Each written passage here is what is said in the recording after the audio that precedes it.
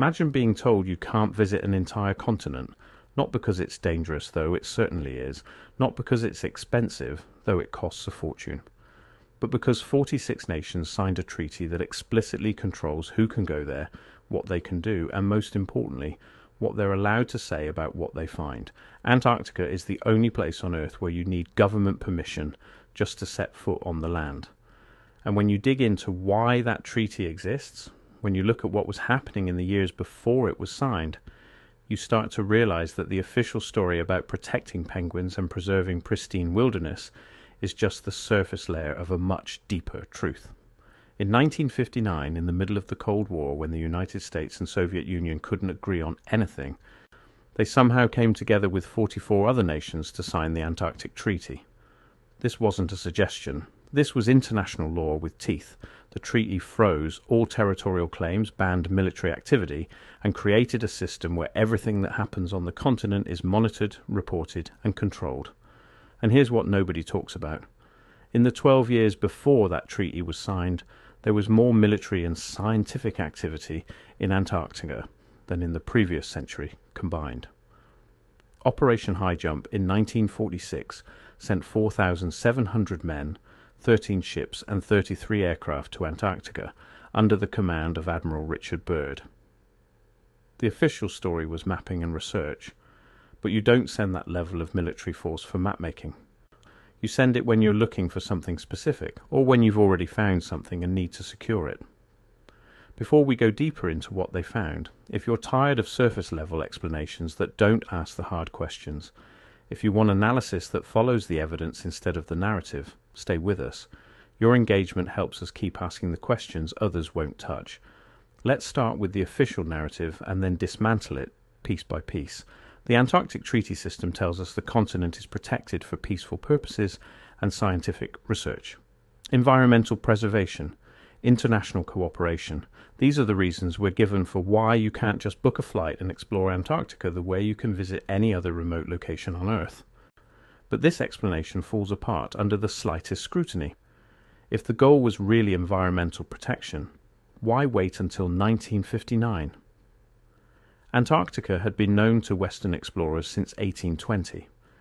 If it was about preserving the ecosystem, wouldn't the treaty have focused on limiting tourism and industrial activity, rather than militarizing oversight and creating a bureaucratic approval process that treats the continent like a classified military installation? The answer becomes clear when you look at the timeline. Between 1946 and 1959, something changed. In those 13 years, multiple nations launched massive expeditions to Antarctica. The United States, Soviet Union, United Kingdom, Norway, Chile, Argentina, Australia, France, and New Zealand all established permanent research stations in a continent they claimed was worthless frozen wasteland. Think about the economics of that decision. These nations were recovering from World War II. Resources were scarce, budgets were tight, yet they all decided to spend millions of dollars in 1950s money to build and maintain year-round facilities in the most hostile environment on the planet. For what? To study ice cores and penguin migration. That doesn't add up. Here's what does add up. In 1946, Admiral Richard Byrd led Operation High Jump, the largest Antarctic expedition in history. The official mission was to establish an American research base and train personnel for cold weather operations. But the scale of the operation was absurd for those stated goals. 4,700 men. With 13 ships, including an aircraft carrier, a submarine, and multiple icebreakers. 33 aircraft. Enough supplies for an 8-month deployment. This wasn't a research expedition. This was a military invasion force. And something went wrong. The operation was supposed to last 6 to 8 months. It was abruptly terminated after just 8 weeks. Admiral Byrd returned to the United States, and in a press interview that was quickly buried, he made a statement that still echoes today. He said they had encountered a new enemy that could fly from pole to pole at incredible speeds. What enemy was he talking about? The official records say nothing, but in the years immediately following Operation High Jump, the United States, Soviet Union, and United Kingdom all detonated nuclear weapons in the upper atmosphere in tests called Operation Argus and Operation Dominic. The stated purpose was studying the effects of nuclear explosions on radio communications and radar. But several scientists involved in those tests later suggested the real goal was testing whether nuclear weapons could be used to destroy something in orbit or in the upper atmosphere, something that conventional weapons couldn't touch. Then comes 1959, the Antarctic Treaty, signed by nations that were on opposite sides of every other geopolitical conflict. The treaty didn't just ban military bases. It banned military activity of any kind. It banned nuclear testing. It banned weapons of any type. And most tellingly, it created a provision that any nation could inspect any other nation's Antarctic facilities at any time without notice. Think about that. At the height of the Cold War, the Soviet Union and United States agreed to let each other freely inspect their Antarctic operations. That level of transparency didn't exist anywhere else on Earth. Not in weapons programs, not in space programs, not in nuclear facilities, only in Antarctica. Why would bitter enemies agree to this unless they had encountered something that made their geopolitical rivalry seem irrelevant? Now let's talk about what's actually under the ice. The official scientific community will tell you that Antarctica is a frozen continent with no significant mineral resources and no strategic value beyond research. This is demonstrably false. Ground-penetrating radar surveys over the past 3 decades have revealed massive underground lakes, some as large as Lake Ontario, sitting beneath miles of ice. These aren't frozen solid, they're liquid water lakes maintained by geothermal heat from volcanic activity beneath the continent. Lake Vostok alone is 250 kilometers long and 50 kilometers wide, sitting under 4 kilometers of ice. Russian scientists drilled down to Lake Vostok in 2012. They pulled up samples and found microbial life, not ancient frozen bacteria, living organisms that had been completely isolated from the rest of Earth's biosphere for millions of years.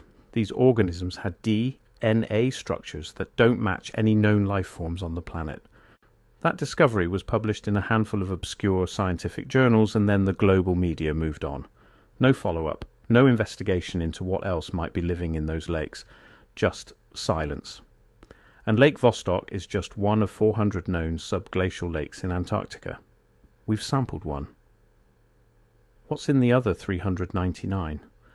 Why isn't there a massive international effort to explore these lakes if the goal is really scientific discovery? The technology exists, the funding could be allocated, but instead we have a treaty system that carefully controls who can drill, where they can drill, and what they're allowed to publish about what they find. Then there's the question of ancient civilizations. This is where mainstream academics will dismiss you as a conspiracy theorist. But the evidence doesn't care about labels. In 2016, satellite thermal imaging revealed what appeared to be pyramid-shaped structures beneath the ice in the Ellsworth Mountains region of Antarctica. Not one pyramid, multiple structures in a geometric arrangement. The thermal signature suggested these weren't natural mountain formations, they were too symmetrical, too regular. Mainstream geology says Antarctica has been frozen for millions of years, but ice core data tells a different story.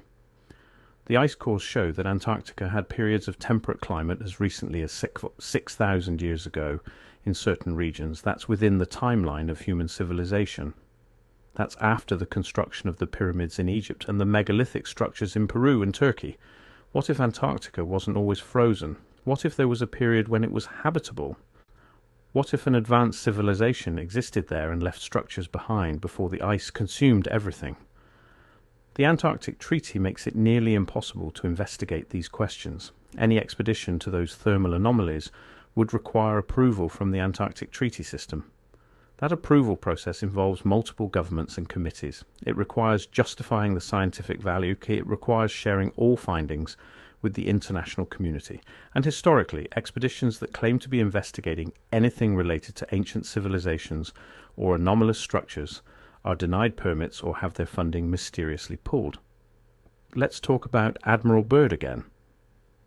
After Operation High Jump in 1946, he led another expedition to Antarctica in 1955 and 1956 called Operation Deep Freeze. This operation established permanent American research stations. But Byrd made another strange statement during this period.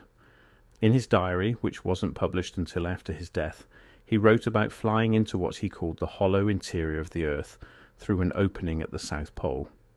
He described encountering a warm, temperate climate, rivers, mountains, and beings who communicated with him telepathically. Mainstream historians dismiss this diary as either a fabrication or evidence of mental decline. But Byrd was a decorated admiral. He had flown over the North Pole. He had led multiple Antarctic expeditions. He wasn't a fringe figure. He was an establishment insider with top-secret clearances and direct access to presidents. Either he experienced something that shattered his understanding of reality, or someone wanted his credibility destroyed by associating him with outlandish claims. Either way, his diary entries raise uncomfortable questions. Why would a respected admiral write detailed accounts of something so bizarre unless he believed it was true? And if it was a disinformation campaign to discredit him, what was he about to reveal that required such drastic measures? Here's the economic angle that nobody discusses. Antarctica contains massive mineral deposits. We know this from geological surveys conducted over decades. Oil, natural gas, coal, iron ore, platinum, and rare earth elements exist beneath the ice in quantities that would be worth trillions of dollars at current market prices. The Antarctic Treaty bans all mineral extraction until at least 2048. Why? If this was really about environmental protection, the treaty could have established regulated mining with strict environmental controls. Instead, it imposed a total ban. That ban ensures that no single nation can exploit Antarctica's resources. But it also ensures that whatever is under the ice remains undisturbed and hidden from public view. What if the mineral wealth isn't the real treasure? What if there's technology down there? Ancient technology from a civilization that existed before recorded history. The prospect of discovering functional technology from an advanced ancient civilization would fundamentally disrupt the global economic order. It would invalidate patents. It would make existing energy infrastructure obsolete. It would shift power away from nations that control oil and rare earth minerals. If such a discovery was made in 1946 or the years following, it would explain why the rival superpowers suddenly agreed to lock down an entire continent. Consider the timing again. Operation High Jump in 46. Nuclear weapons testing in the upper atmosphere in the late 50s. The Antarctic Treaty in 59. Then the space race begins in earnest. The United States and Soviet Union both pour unprecedented resources into rocket technology and satellite systems. What if the space race wasn't just about geopolitical prestige? What if both nations discovered something in Antarctica that made them realize whoever controlled space would control access to something far more valuable than Earth's surface resources? Now let's address the elephant in the room. If everything we just discussed is true, if there are ancient structures or advanced technology under the Antarctic ice, why hasn't anyone leaked definitive proof? Why hasn't a whistleblower come forward with photographs or documents? The answer is compartmentalization. Modern classified programs operate on a need-to-know basis. A researcher drilling ice cores in one sector has no access to what another team found 1,000 kilometers away. A satellite analyst reviewing thermal imaging doesn't know what ground teams discover when they investigate anomalies. Information is siloed, and the few people who do have a comprehensive view of what's been found are bound by secrecy agreements backed by national security laws that carry decades of prison time for violations. But leaks do happen. Not through official channels, through deathbed confessions, through declassified documents with convenient redactions, through researchers who publish findings in obscure journals that never get mainstream media attention. The information is out there. You just have to know where to look and be willing to connect dots that the official narrative insists are unrelated. What's under the Antarctic ice would change everything. It would rewrite human history. It would force us to reconsider our technological trajectory. It would raise questions about who we are and where we came from, that our current institutions are not equipped to answer. That's why you can't visit Antarctica freely. Not because of penguins, not because of environmental concerns, but because the truth about what's down there would shatter the carefully constructed story we've been told about our past, our present, and our place in the cosmos. What do you think is really under the ice? Do you believe the official environmental narrative, or do you think there's something down there that global powers don't want us to find? Let us know in the comments. If this challenged your assumptions about Antarctica, stay with us for more investigations that follow the evidence.